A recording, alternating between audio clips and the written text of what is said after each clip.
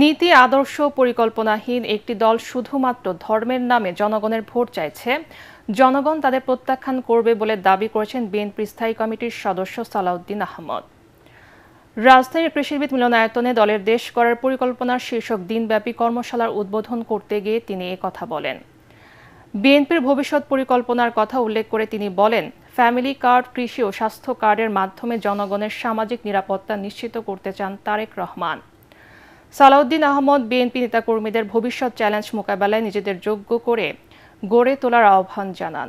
Senior যুগ্ম মহাসচিব রুহুল কবির রিজভী বলেন, ভোটের নামে জান্নাতের টিকিট বিক্রির মতো জঘন্য প্রচারণা চালাচ্ছে জামাত। বিকেলে লন্ডন থেকে ভার্চুয়ালি যুক্ত হয়ে কর্মশালায় বক্তব্য রাখবেন বিএনপির ভারপ্রাপ্ত চেয়ারম্যান তারেক রহমান। 13 ডিসেম্বর পর্যন্ত ধারাবাহিকভাবে চলবে এই প্রশিক্ষণ কর্মশালা। আমরা যা করছি তা হচ্ছে planning. Planning is half of the job. If you don't plan, you are planning to fail. ছাত্রদল বলে, ইংরেজিতে বলো। কারণ যদি আমরা রাষ্ট্র পরিচালনার ক্ষেত্রে আগের থেকে পরিকল্পনা প্রণয়ন না করি, তাহলে আমরা ফেল করার জন্যই পরিকল্পনা করলাম। এখন এই কথাটা তো আমাদের ধর্ম ব্যবসায়ী বন্ধুদের উদ্দেশ্যে বলা হয়ে গেল। তারা কেবলই বলছে যে এখানে একটু মার্কাতে ভোট দিলে তরতরাই জান্নাতে যাবে, তার আগে ইহকালে কিভাবে চলবে এর কোনো বক্তব্য নাই। কদিন আগে অবশ্য খুলনাতে এক বন্ধুকে যোগদান করিয়েছে, আমি অবশ্য এর বেশি বলবো না। তারাও এখন একই কথা বলছে আর কি, বলছে আচ্ছা এর বেশি বলা ঠিক হবে না বোধ হয়। মানে যেই দলের কোনো নীতি আদর্শ নেই, কোনো পরিকল্পনা নাই, শুধুমাত্র ধর্মের নামে একটা ট্যাবলেট বিক্রি করে জনগণের সাথে প্রতারণা করার পরিকল্পনা করছে, তাদেরকে জনগণ ইতিমধ্যে চিনেছে, তাদের মুখোশ উন্মোচিত হয়েছে। সব মশার বিরুদ্ধে সুরক্ষা দিতে এলো বসুন্ধরা এক্সট্রিম অ্যারোসল, মশার বিরুদ্ধে এক্সট্রিম সুরক্ষা। সাবেক প্রধানমন্ত্রী ও বিএনপি চেয়ারপারসন বেগম খালেদা জিয়াকে উন্নত চিকিৎসার জন্য লন্ডনে নিতে কাতার সরকার জার্মানির একটি এয়ার অ্যাম্বুলেন্স ঢাকায় পাঠাচ্ছে। এটি 9 ডিসেম্বর মঙ্গলবার ঢাকার হযরত শাহজালাল আন্তর্জাতিক বিমানবন্দরে অবতরণ করবে। বিএনপি চেয়ারপারসনকে নিয়ে 9 অথবা 10 ডিসেম্বর লন্ডনের উদ্দেশ্যে যাত্রা করার কথা রয়েছে এয়ার অ্যাম্বুলেন্সটির।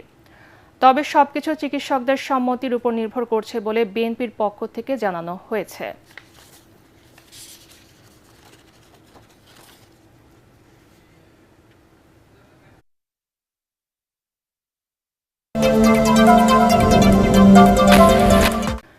জুলাই আন্দোলনে হত্যার অভিযোগে মানবতা বিরোধী অপরাধের মামলায় সাবেক মন্ত্রী, প্রতিমন্ত্রী সহ 17 জনকে আন্তর্জাতিক অপরাধ ট্রাইব্যুনালে হাজির করা হয়েছে। আসামিরা হলেন সাবেক আইনমন্ত্রী আনিসুল হক, সাবেক শিক্ষামন্ত্রী ডক্টর দীপুমণি, সাবেক আইসিটি প্রতিমন্ত্রী জুনায়েদ আহমেদ পলক, সাবেক বস্ত্র ও পাট মন্ত্রী গোলাম দস্তগীর গাজী, সাবেক শিল্পমন্ত্রী আমির হোসেন আমো, সাবেক খাদ্যমন্ত্রী কামরুল ইসলাম, সাবেক কৃষিমন্ত্রী আব্দুর রাজ্জাক, সাবেক নৌমন্ত্রী শাহজাহান খান, ওয়ার্কার্স পার্টির সভাপতি রাশেদ খান মেনন, জাসদ সভাপতি সাবেক তথ্যমন্ত্রী হাসনুল হক ইনো, সাবেক বিচারপতি HM শামসুদ্দিন চৌধুরী মানিক, সাবেক স্বরাষ্ট্র সচিব জাহাঙ্গীর আলম, সাবেক এমপি সোলাইমান সেলিম, সাবেক এমপি ফারুক খান, সাবেক প্রধানমন্ত্রীর উপদেষ্টা তৌফিকি ইলাহি চৌধুরী, শেখ হাসিনার সাবেক বেসরকারি শিল্প বিনিয়োগ উপদেষ্টা সালমান এফ রহমান ও সাবেক প্রতিমন্ত্রী কামাল আহমেদ মজুমদার। আসামিদের মধ্যে সালমান, আনিসুল, ইনু ও পলকের বিরুদ্ধে আলাদা আলাদা আনুষ্ঠানিক অভিযোগ দিয়েছে প্রসিকিউশন। জাসদ সভাপতি হাসনুল হক ইনুর সাক্ষ্য গ্রহণ পিছিয়ে 15 ডিসেম্বর তারিখ ঠিক করেছেন ট্রাইব্যুনাল। গত 15 অক্টোবর পৃথক মামলায় সাবেক সেতুমন্ত্রী ওবায়দুল কাদের সহ 45 জনের বিরুদ্ধে তদন্ত শেষ করে আজকের মধ্যে প্রতিবেদন দখলের নির্দেশ দিয়েছিল ট্রাইব্যুনাল 1।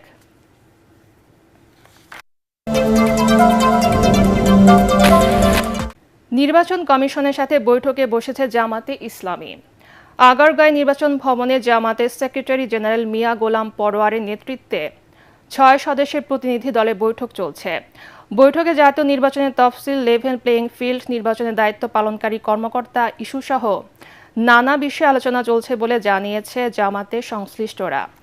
এছাড়া এদিন প্রশাসন ক্যাডারদের সংগঠন বাংলাদেশ অ্যাডমিনিস্ট্রেটিভ সার্ভিস অ্যাসোসিয়েশন নেতারা বৈঠক করে নির্বাচন কমিশনের সাথে।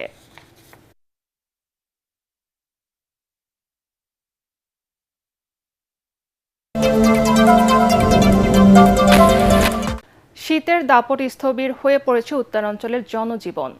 হিমেল বাতাসে বেড়েছে শীতের তীব্রতা। উত্তরের জেলাগুলোতে গত এক সপ্তাহ ধরে তাপমাত্রা 12 থেকে 13 ডিগ্রি সেলসিয়াসে ওঠানামা করছে।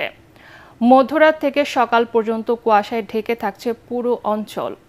এই তীব্র ঠান্ডায় বেশি ভোগান্তিতে পড়েছে শ্রমজীবী, কৃষি শ্রমিক ও স্বল্প আয়ের মানুষ। আবহাওয়া পরিবর্তনের কারণে হাসপাতালে বৃদ্ধি পাচ্ছে ঠান্ডাজনিত রোগীর সংখ্যা। আজ দেশের সর্বনিম্ন তাপমাত্রা রেকর্ড করা হয়েছে পঞ্চগড়ে 10.4 ডিগ্রি সেলসিয়াস।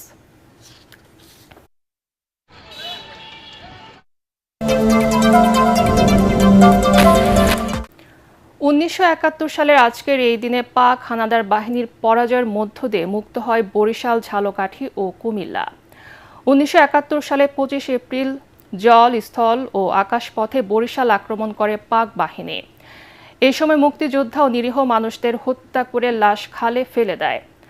তবে ডিসেম্বরে পাকিস্তানি সেনাদের প্রতিহত করতে সব জায়গায় হামলা চালায় মুক্তিযোদ্ধারা। এরই ধারাবাহিকতায় 8 ডিসেম্বর মুক্ত হয় বরিশাল। এদিকে দিবসটি উপলক্ষে বরিশাল জেলা মুক্তিযোদ্ধা সংসদ র্যালি ও আলোচনা সভা আয়োজন করেছে। এদিকে ঝালকাঠিও হানাদার মুক্ত হয়। 1971 সালের আজকের এই দিনে পাক হানাদার বাহিনী চারদিক থেকে অবরুদ্ধ হয়। দুপুরে মুক্তিযোদ্ধারা চারদিক থেকে থানা ঘেরাও করে রাখে। সন্ধ্যায় মুক্তিযোদ্ধা কমান্ডার সেলিম শাহনেয়াজ থানায় আসে এবং তৎকালীন পুলিশ বাহিনী তাদের কাছে অস্ত্র জমা দিয়ে আত্মসমর্পণ করে। রক্তপাতহীনভাবে ঝালকাঠি হানাদার মুক্ত হয়। ঝালকাঠি হানাদার মুক্ত দিবস উপলক্ষে মুক্তিযোদ্ধাদের বিজয় র্যালি ও আলোচনা সভা কর্মসূচি নেওয়া হয়েছে। এদিকে কুমিল্লা পাক হানাদার বাহিনী থেকে মুক্ত হয় দীর্ঘ 9 মাসের যুদ্ধ আর নির্যাতনের পরিসমাপ্তি ঘটিয়ে মুক্তিযোদ্ধা ও মিত্র বাহিনী সহ সর্বস্তরের জনগণের উল্লাসে প্রকম্পিত হয়ে ওঠে এই অঞ্চল।